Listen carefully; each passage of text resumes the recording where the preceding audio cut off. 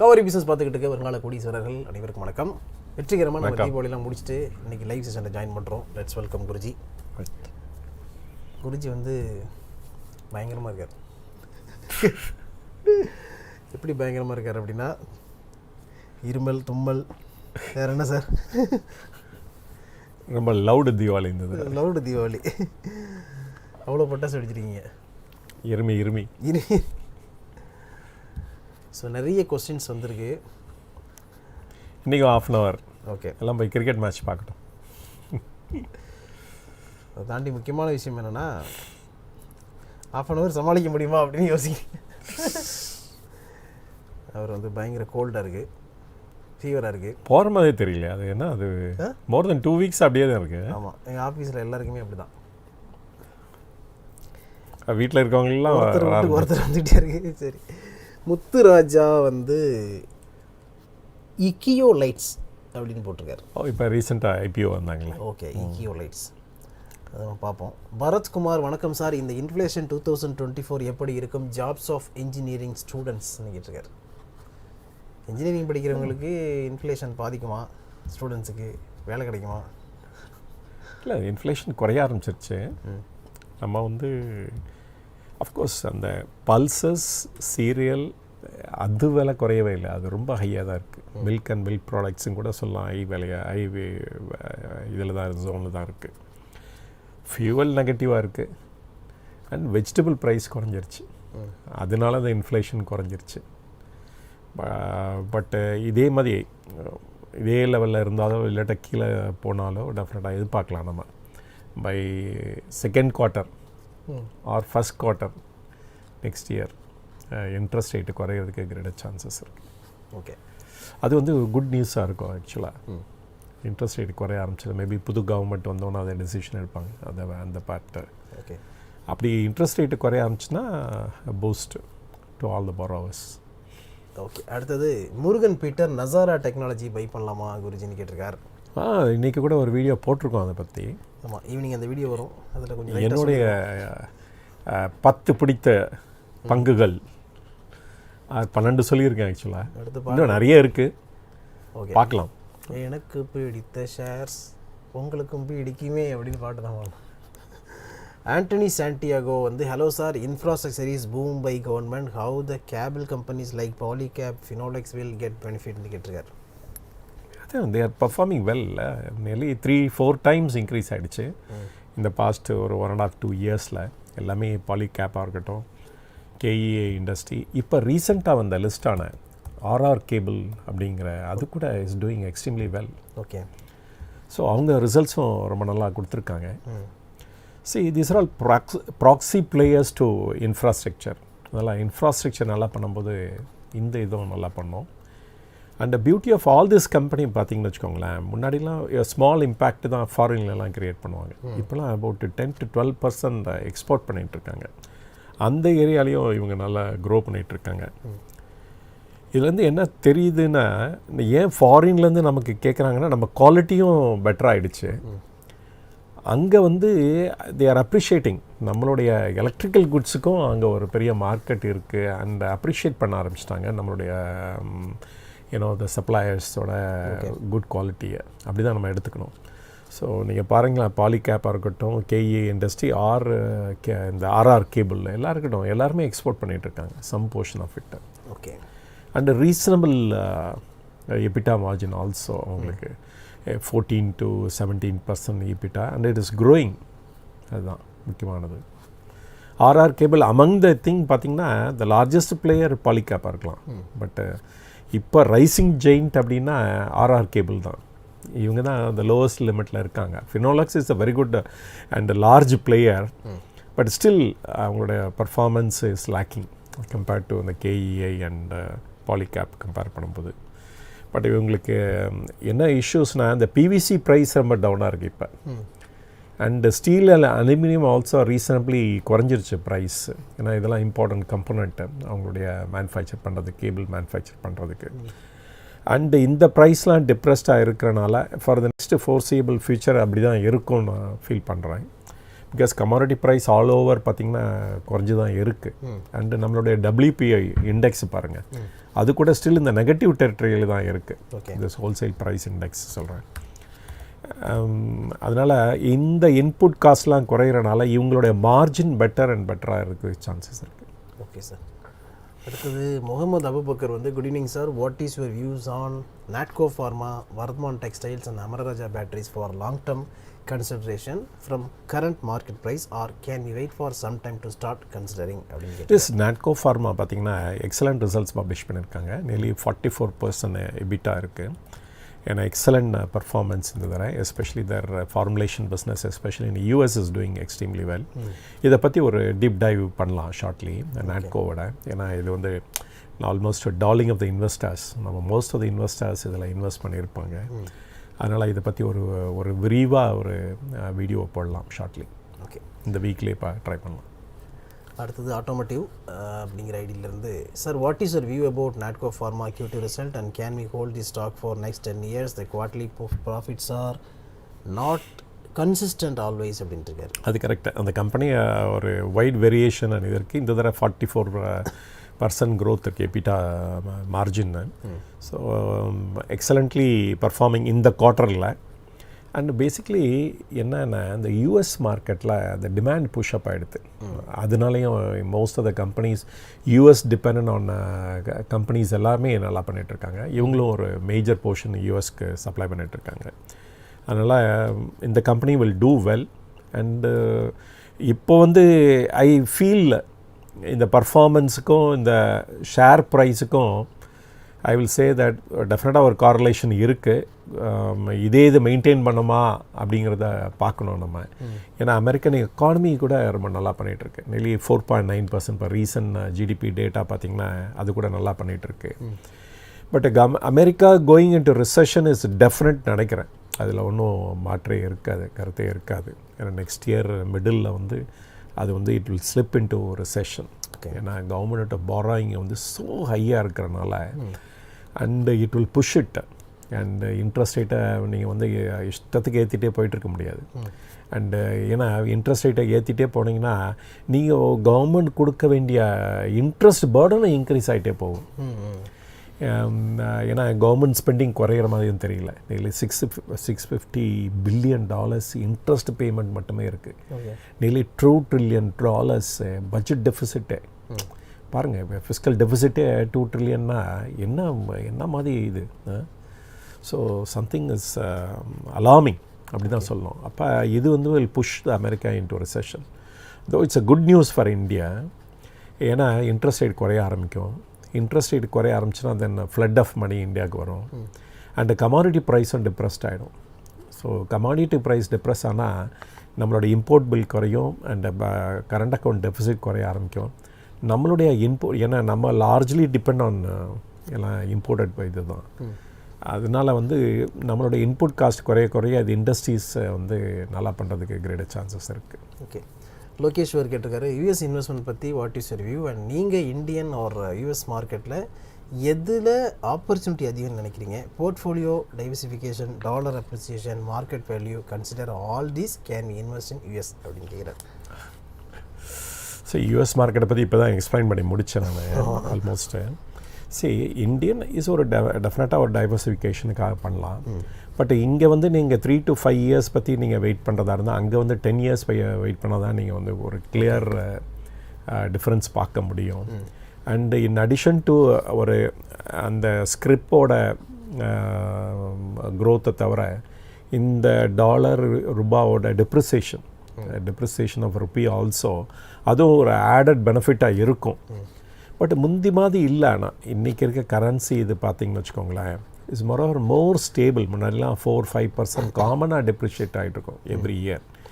இப்போலாம் மேக்ஸிமம் பண்ணால் ஒரு 1 to 1.5% மேலே டெப்ரிஷியேட் ஆகிறதில்ல. ஸோ அதனால் கரன்சியோட டீவேல்யூவேஷனை எதிர்பார்த்து அங்கே இன்வெஸ்ட் பண்ண முடியாது நம்ம. ஸோ அந்த மெரிட் ஆஃப் த கம்பெனி வச்சு தான் பண்ண முடியும். ஓகே, பட் ஆனால் one thing in American market இன்றைக்கி இருக்க கரண்ட் இது பார்த்திங்கன்னா ஒன்லி த டாப் 7 கம்பெனிஸ் தான் நல்லா பர்ஃபார்ம் பண்ணிகிட்ருக்கு. அண்ட் இஃப் யூ டேக் நாஸ்டாக்காக இருக்கட்டும் இல்லாட்டா S&P 500 அதில் எடுத்து பார்த்திங்கன்னா கூட அந்த இப்போ டாப் 7 கம்பெனிஸ் வச்சு தான் அந்த இண்டெக்ஸே மூவ் ஆகிட்டுருக்கு, இல்லாட்ட குறைஞ்சிட்ருக்கு. ஸோ அது வந்து ஒரு வைட் ஸ்ப்ரெட்டு இது இல்லை, பர்ஃபார்மன்ஸ் இல்லை அங்கே.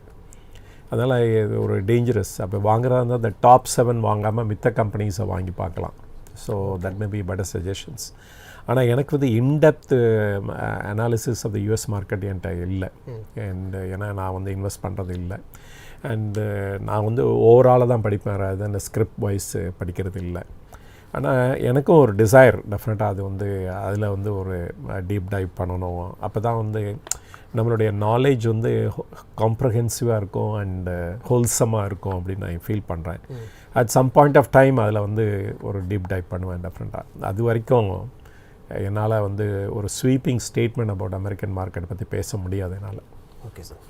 சூர்யா, குருஜி, வீரா ப்ரோ, டாடா டெக்னாலஜி பற்றி இன்னும் வீடியோ போடுங்க, கெய்ன்ஸ் டெக்னாலஜி பற்றி வீடியோ போடுங்கன்னு கேட்டிருக்கார். ஓகே, டாடா டெக்னாலஜி ஐபிஓ பற்றி டீட்டெயிலாக வீடியோ போடுவோம். ஆனால் கெய்ன்ஸ் பாருங்கள், அது வந்து ரொம்ப ஹைலி யூனோ ப்ரைஸ்டுன்னு தான் ஃபீல் பண்ணுறேன் நான். Highly prized. ஏன்னா இதெல்லாம் வந்து மோஸ்ட்லி ஸ்க்ரூ டிரைவர் டெக்னாலஜி தான். Though it will take time, another 10 years 20 yearsல தான் நம்ம அந்த லெவல் ஆஃப் இண்டிஜினைசேஷன் இருக்கும் பாருங்கள், அது வந்து ரீச் ஆகிறதுக்கு ரொம்ப நாள் ஆகும்.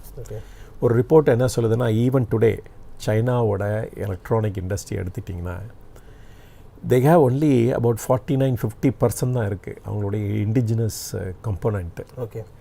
அப்போ ஈவன் அட் 25 இயர்ஸாக அவங்க வந்து ஒர்க் அவுட் பண்ணி இருந்தால் கூட அவங்களோட எலக்ட்ரானிக் இண்டஸ்ட்ரி ஸ்டில் 50% வந்து அவுட் சைட் த சைனாவில் தான் கம்போனண்ட் இம்போர்ட் பண்ணுறாங்க. அதனால் நம்மளும் இப்போ எஃபர்ட் எடுக்க ஆரம்பிச்சிருக்கோம். அது இன்னொரு 20-30 இயர்ஸ் கழித்து தான் தெரியும் நம்ம வந்து எந்த லெவலுக்கு நம்ம ரீச் ஆக போகிறோம் அப்படின்னு தெரியும். இப்போதைக்கு நம்ம 2-3% தான் வேல்யூ அடிஷனே பண்ணிகிட்ருக்கோம் ஒரு கம்போனண்ட்டில். But though it's a right ஸ்டெப்பாக இருந்தாலும், பட் எவ்வளோ குயிக்காக நம்ம இண்டிஜினைஸ் பண்ணுறோமோ அப்போ தான் வந்து அதோட க்ரோத் இருக்கும். பட் ஆனால் இது வந்து கெய்ன்ஸ் வந்து ரொம்ப ஹை வேல்யூவேஷனாக ஃபீல் பண்ணுறேன் நான். ஈவன் அட் அவங்க லிஸ்ட் ஆகும்போதே I found it very high very valued company அந்த வேல்யூவேஷன் படி. இப்போ அதுக்கு மேலேயும் போயிடுச்சு.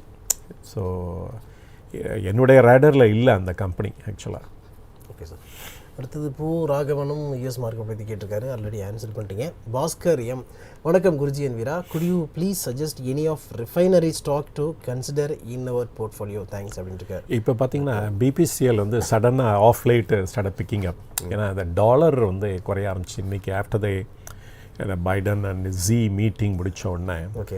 அண்டு ஒரு பாசிட்டிவ் வைப் இருக்கிற மாதிரி தான் தெரியுது. And in addition to that அமெரிக்காவோட இன்ஃப்ளேஷன் டேட்டா ரிலீஸ் பண்ணியிருக்காங்க, அதுவும் 3.2. அஃப்கோர்ஸ் சைனீஸோட இன்ஃப்ளேஷன் டேட்டா பார்த்தாங்க நெகட்டிவாக இருக்குது, டீஃப்ளேஷன் தான் அங்கே இருக்குது, -2 அது மாதிரி இருக்குது. அண்ட் 0.2% இருக்குது. ஸோ அங்கே நெகட்டிவாக இருக்குது. அங்கே வந்து the concern is not inflation, அவங்க வந்து இன்ட்ரெஸ்ட் ரேட்டை குறைச்சிட்ருக்காங்க. பட் அமெரிக்காவில் தான் வந்து இந்த சிபிஐ டேட்டா ரொம்ப நல்லா இருக்கிறனால இன்னொரு round of increase in interest rate வராதுன்னு எனக்கு தோணுது. அது வந்து குட் நியூஸ் தான் சொல்லலாம். அண்ட் ஏன்னா அந்த ரொம்ப ஹை லெவலில் ஏற்கனவே ரீச் ஆகிடுது. And biggest sufferer only American government தான். ஏன்னா அவங்க more and more interest rate rise பண்ண ஏன்னா இவங்க பட்ஜெட் டெஃபிசிட்டை மீட் பண்ணுறதுக்கு அவங்க பாண்டை ஃப்ளோட் பண்ணிட்டு தான் இருக்கணும். பணத்தை ரைஸ் பண்ணி அவங்க ஸ்பெண்ட் பண்ணி ஆகணும், அண்ட் இன்ட்ரெஸ்ட் பேமெண்ட் பண்ணி ஆகணும். அப்போ வந்து more and more at higher rate of interest வாங்கிட்டு இருந்தால் என்ன ஆகும், உங்களுடைய இன்றைக்கி இருக்க $2 trillion $3 trillion ஆகிடும் பட்ஜெட் டெஃபிசிட். ஓகே. ஸோ அதனால் திருப்பி ரைஸ் பண்ணிகிட்டு இருக்க மாட்டாங்கன்னு நான் ஃபீல் பண்ணுறேன். அது வந்து இட்ஸ் அ குட் இண்டிகேஷன். 3.2 இருந்தது, 3.7 போச்சு, திருப்பி 3.2K வந்துருச்சு. ஸோ அவங்க டார்கெட் 2. அண்ட் மேபி அடுத்த இதில் வந்து it comes down, it will be much good.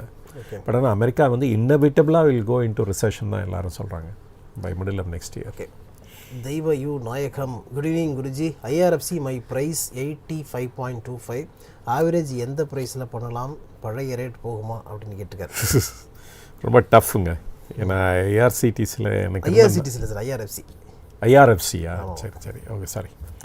IRFC ஃப்ளேட்டு நான் ஃபாலோ பண்ணல அந்த இதை. இந்தியன் அந்த finance corporation. It's a finance company with a tax exemption from the government.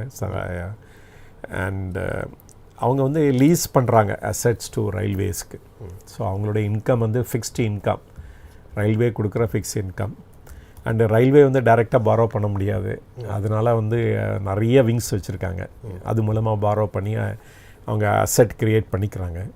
இப்போ நாட் ஒன்லி இந்தியா பட் அப்ராடில் கூட நிறைய அசெட்ஸில் இன்வெஸ்ட் பண்ண ஆரம்பிச்சிருக்காங்க, நிறைய ஒர்க் எடுத்திருக்காங்க. இவங்க வந்து நிறைய அசெட்ஸ் வந்து இந்தியாவுக்கு க்ரியேட் பண்ணுறாங்க.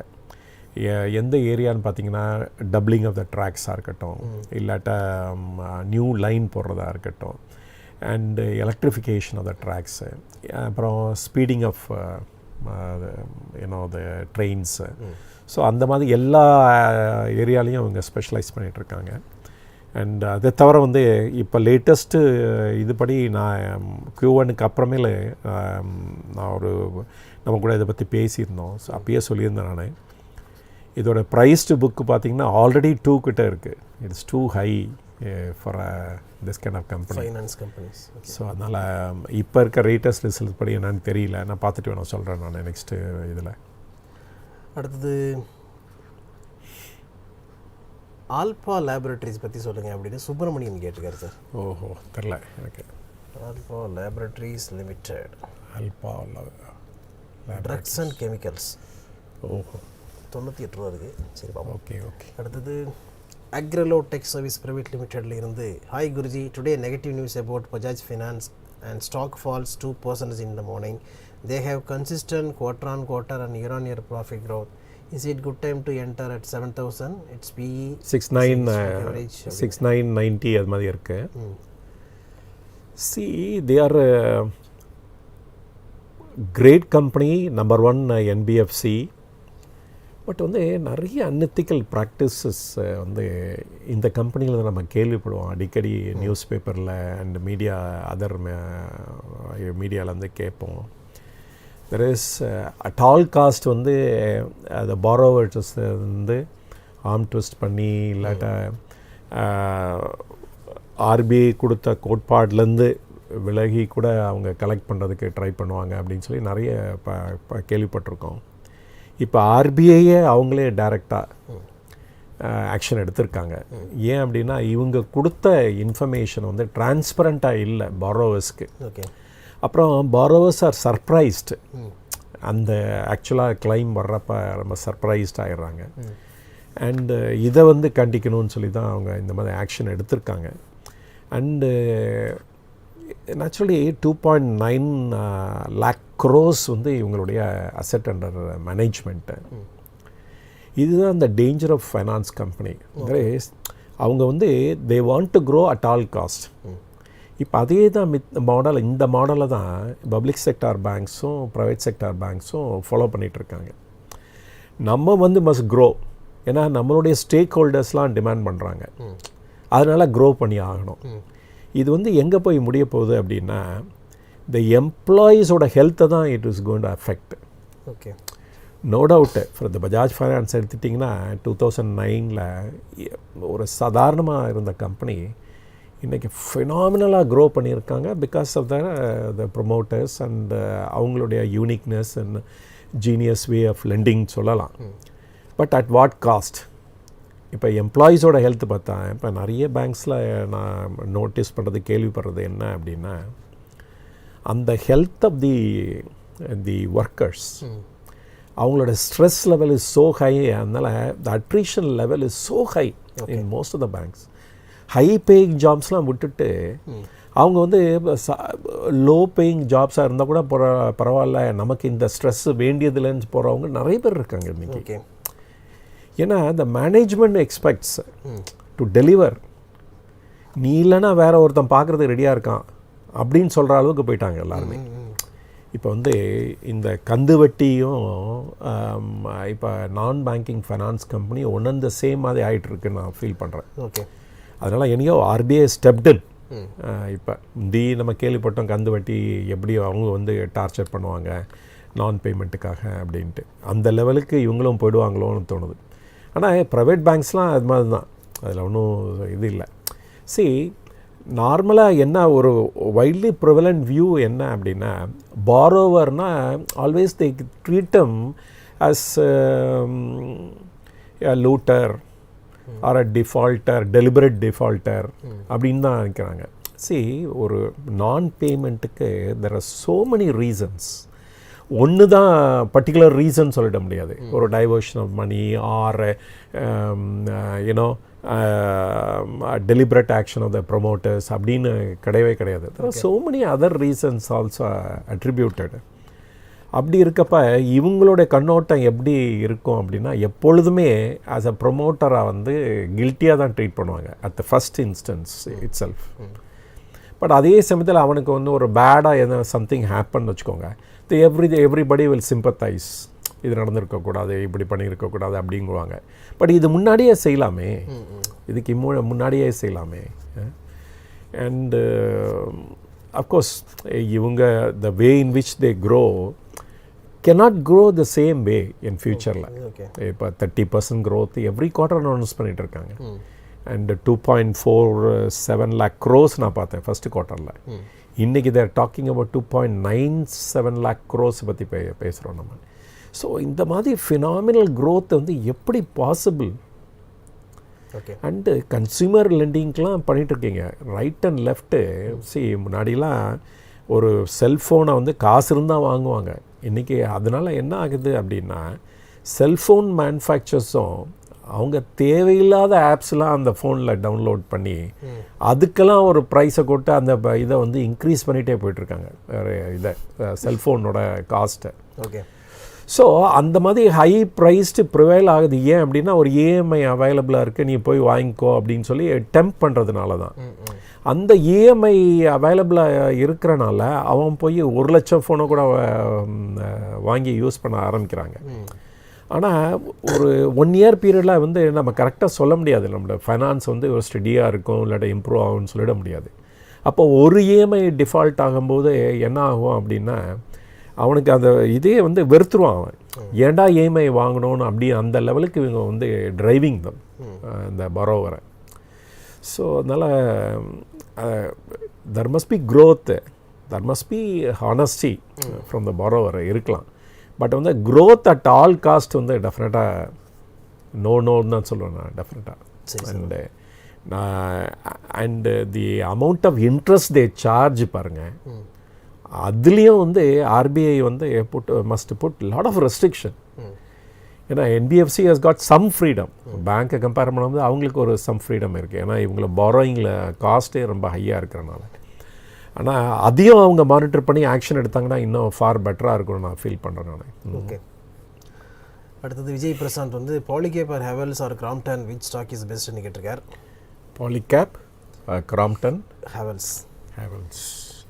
Polycab is the largest player and but at this 5.4 and 5.5 அதெல்லாம் ஒத்துவையிலான்னு பார்க்கணும். அதுதான் இங்கேருந்து இன்னொரு மல்டி பேக்கர் க்ரியேட் பண்ணோம் அப்படின்னா, அண்ட் இன்வெஸ்டார் வந்து பெரிய லெவலில் ரிஸ்க் எடுக்கணும்னு தான் நான் ஃபீல் பண்ணுறேன் நான். So that is about Polycab. Crompton கிரீவ்ஸ் and Havells வந்து நான் படிக்கல. ஓகே, நான் படிச்சுட்டு வேணால் சொல்கிறேன் நான். சிகாசுதீன் வந்து good evening Veera bro and Guruji, good evening. Reliance power பற்றி சொல்லுங்கன்னு கேட்டிருக்காரு சார். ரிலையன்ஸ் பவர், சரி, ஓகே.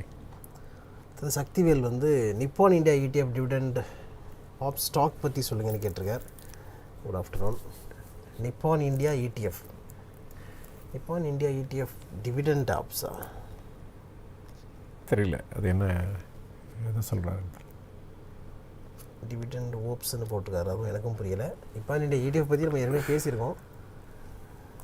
அவங்க நிப்பான் பீஸ் பற்றி நிறைய பேசியிருக்கோம். அதான். ஸ்ரீ ட்ரேட் அண்ட் ஸ்டாக் பற்றி சொல்லுங்கன்னு கேட்டிருக்காங்க. ஓகே, இன்னொரு அந்த 5 minutes தான்.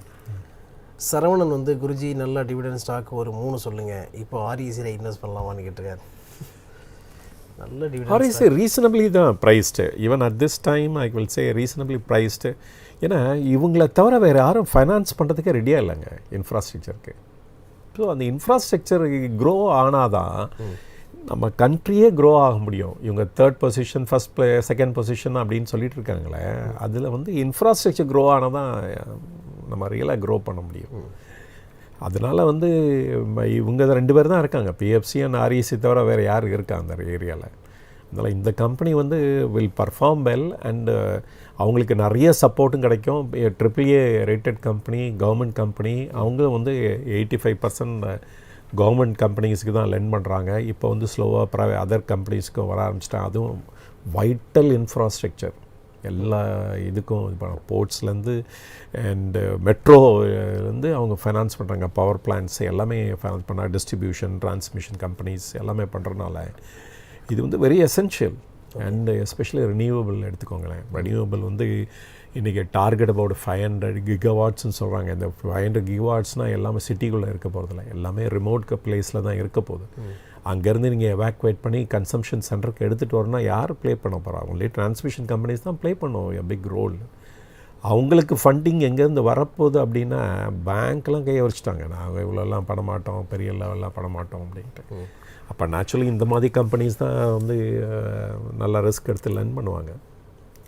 ஸோ இந்த கம்பெனிஸ்லாம் will perform well and reasonably ப்ரைஸ்டாக தான் இருக்குது. REC even at this price will say 1 to 1.3% of இது ப்ரைஸ் டு புக் அந்த மாதிரி தான் இருக்குது. நம்ம வந்து 99லேருந்து சொல்லிகிட்ருக்கோம் அந்த இதை.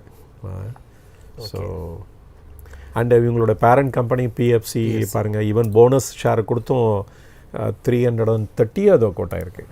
ஏதோ இன்றைக்கி பிஎஃப்சி 310 சார். இப்போ 310. அடுத்தது மல்லி என்ஜிஏ sir, my name is Mallikarjunan. Shilchar technology share பற்றி சொல்லுங்கள், லாங் டேர்ம் ஹோல்ட் பண்ணலாமான்னு கேட்டிருக்காரு. ஓகே, ஷில்ச்சர் டெக்னாலஜி கேள்விப்பட்டிருக்கேன், பட் தெரியல, டீப் டைவ் பண்ணல, பார்த்து சொல்கிறேன். சிகாசுதீன் வந்து எஸ்ஐபி மியூச்சுவல் ஃபண்ட் பற்றி ஒரு வீடியோ போடுங்கன்னு கேட்டிருக்கார், போட்டுருவோம். Can you please talk about Uday Sivakumar infra அப்படின்னு கேஎஸ்பி கேட்டிருக்கார். உதய் சிவகுமார் இன்ஃப்ரா ஏதோ ஒரு கம்பெனியை தேடி கண்டுபிடிச்சிருக்கார். அது என்னன்னு நம்ம பார்ப்போம். ஓகே, உதய் சிவகுமார் இன்ஃப்ரா பார்த்துட்டு வீடியோ போடலாம் சார். அடுத்தது IX future holder sell sir அப்படின்னு எஸ் நாதவன் கேட்டிருக்கார். அது வந்து நெக்ஸ்ட்டு 6 months இந்த கம்பெனியோட சேல்ஸ்லாம் இன்க்ரீஸ் ஆகுங்க, முன்னாடி இருந்ததோட பெட்டர் ஆகும். ஏன்னா ஹியூஜ் பவர் டெஃபிசிட் இருக்குது. ஹைட்ரோ பவர் வரப்போகிறதில்ல, ஒன்றுமே இல்லை. ஒன்லி கோல் பேஸ்டு பவர் பிளானில் தான் நிறைய பவர் வரப்போகுது. இங்கே ஹை ப்ரைஸில் ட்ரேட் ஆக போகுது. அண்ட் நிறைய டிமாண்ட் ஃபார் த பவர் வந்து எக்ஸ்சேஞ்சிலேருந்து சப்ளை ஆக போகுது. Not only discoms but individual இண்டஸ்ட்ரீஸ்க்கு ஆல்சோ இங்கேருந்து தான் போக போகுது. அதனால் இவங்களோட ரிசல்ட்ஸ் வந்து நெக்ஸ்ட்டு 2 quartersக்கு இந்த ஏர்லியர் 2 quarters ஃபஸ்ட் ஹாஃபோட செகண்ட் ஹாஃப் வந்து நல்லா பண்ணுறதுக்கு சான்சஸ் இருக்குது. பட் ஆனால் அது இஸ் ஹைலி ரெகுலேட்டட் கம்பெனி. அதனால் வந்து கவர்மெண்ட்டு நல்லதாக நினைக்கணும் அந்த கம்பெனியை பற்றி. அதுதான் நமக்கு ஒரே வேண்டுகோள் அப்படின்னு சொல்லலாம். ஓகே, திருப்பதி போயிட்டு வேண்டுதல் ஒன்றும் ஐஎக்ஸ் நல்லா இருக்கணும் அப்படின்னு நம்ம வேண்டும். பின்னாடி இருந்து ஒருத்தர் கோவிந்தா முன்னாடி போ Govinda Kamakshi good evening. Okay, Adani Wilmar Adani stock sale பண்ணியிருக்காங்க. அந்த ஸ்டாக்குக்கு பாசிட்டிவாக இருக்குமா இல்லை நெகட்டிவாக இருக்குமா குருஜின்னு கேட்டிருக்காரு. அதானி வில்மர் சேல் பண்ண போகிறதா சொல்லியிருந்தாரு, சேல் ஆகிடுத்தா இல்லை பண்ணாங்கன்னா கரெக்ட், பண்ணாங்கன்னா அதானி ஸ்டாக் கேட்டிருக்காரு. கரெக்ட் தான். ஆக்சுவலி அதானி ஸ்டாக்கு தான் யாரும் விரும்புகிறது இல்லையே. அப்போ அவர் அதுலேருந்து வெளியே போயிட்டார்னா நல்லது தானே. ஆனால் அவங்களுக்கும் இந்த பிஸ்னஸுக்கும் சம்மந்தமே இல்லை. நான் வந்து அவங்க பப்ளிக் இஷ்யூ வந்தப்போவே அதை தான் நினச்சேன் நான். அதானி வந்து என்ன known for infrastructure, port, airport, power plant, green power, இது மாதிரி தான் நம்ம அதானியை பற்றி தெரியும். அப்படி இருக்கப்போ இது சடனாக ஒரு ஆட் மேன் அவுட் மாதிரி இருக்குது அது. ஸோ இதுலேருந்து அவங்க வெளியே போகிறதுனால டெஃபினட்டாக அது ஒரு குட் நியூஸாக தான் நான் எடுத்துப்பேன் நான். சரி, okay sir. So wind up பண்ணிக்கலாம். ரைட். இன்னும் நிறைய கொஸ்டின் இருக்குது. பட் வந்து குருஜி உடல்நிலை சரியில்லாத காரணத்தினால் லீவ் லெட்டர் கொடுக்குற மாதிரி நம்ம வந்து இப்போ வைண்ட் அப் பண்ணிக்கிறோம். இல்லை, அவங்களுக்கு தான் டிஸ்டர்பன்ஸாக இருக்கும்.